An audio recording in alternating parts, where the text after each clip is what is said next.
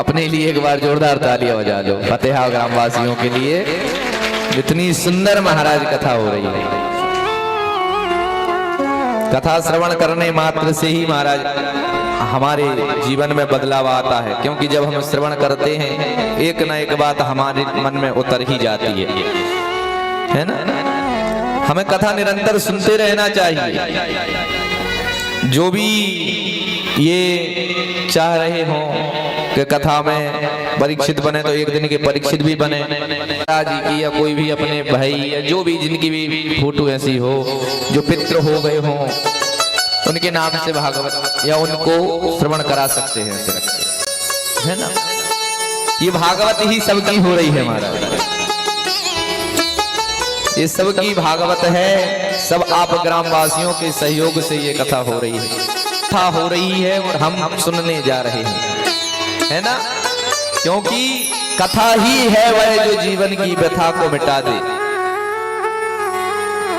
हर समय एक कथा ही ऐसी होती है जो हमें अपने लक्ष्य को बताती है। जीवन में कथा का बहुत बड़ा ध्येय है भागवत का। जैसे हर एक व्यक्ति के पास बैठ जाओ तो वो कहेगा हमारी कथा तो महाराज हम आपको क्या सुनाएं।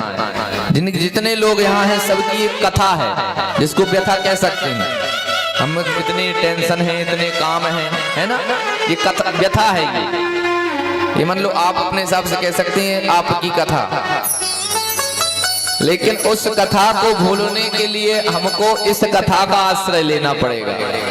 जैसे आपने हाथ में कुछ पकड़ रखा होगा तो आपको कोई दूसरी चीज अगर हाथ में पकड़नी है तो जो हाथ में पकड़ रखी उसको वहीं रख दो पहले, फिर दूसरी चीज को पकड़ोगे। अब हाथ में दोनों हाथ आपके पहले से ही भरे हुए हैं तो फिर आप कोई दूसरी वस्तु उठा नहीं पाओगे। वैसे ये जीवन की जो व्यथा है उसको आप दिमाग में सिर पे लादे हुए घूम रहे हैं, ये वो, तो इसको थोड़ी देर के लिए साइड में रखो और कथा का आश्रय लो। तो जो व्यथा सता रही है ये कथा आश्रय दे देती है, सहारा दे देती है। इस संसार में हमको कैसे रहना चाहिए, जैसे कीचड़ में कमल रहता है, जैसे जल में कमल रहता है। जो जग में रहूं तो ऐसे रहूं जैसे जल में कमल का फूल रहे। जब जल में कमल का फूल रहता है तो उसके ऊपर जल पहुंच नहीं पाता, उसके ऊपर कीचड़ पहुंच नहीं पाता, वो उन सबसे ऊपर ही रहता है, हमेशा वो परे है, जल में रहकर भी जल से ऊपर है। उसी प्रकार हम इस संसार सागर रूपी दुखालय में रह रहे हैं। दुखालय कैसे है पता आपको? अच्छा बताओ, पुस्तकालय में क्या मिलेगी? विद्यालय में क्या मिलेगा? विद्या।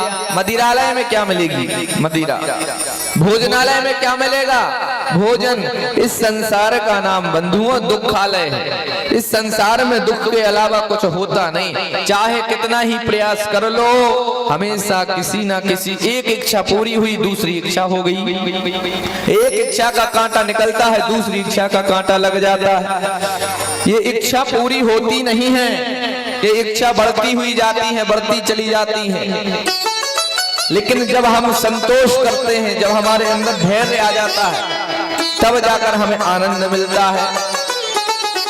बहुत लोग देखो, बालक 2, 4, 5 साल में बोलना सीख जाता है, लेकिन बोलना क्या चाहिए, कैसे चाहिए, इसको समझने में सारी जिंदगी निकल जाती है।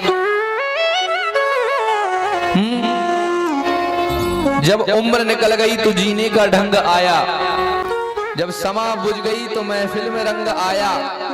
इससे क्या फायदा महाराज? जब उम्र के रहते हम समझ जाएं कि भेद क्या है, कथा क्यों सुनना चाहिए, तब इस जीवन का मनुष्य तन का सदुपयोग होता है। अच्छा, आपको पता है आपको मनुष्य तन प्राप्त हुआ है तो मनुष्य तन कितनी यत्न करने से आपको प्राप्त हुआ? ये मनुष्य तन इतनी सहजता से नहीं मिलता बंधुओं। कितनी लाख योनियों में दुख कष्ट भोग कर आए, जब मिला 84 मैया कितनी है जी?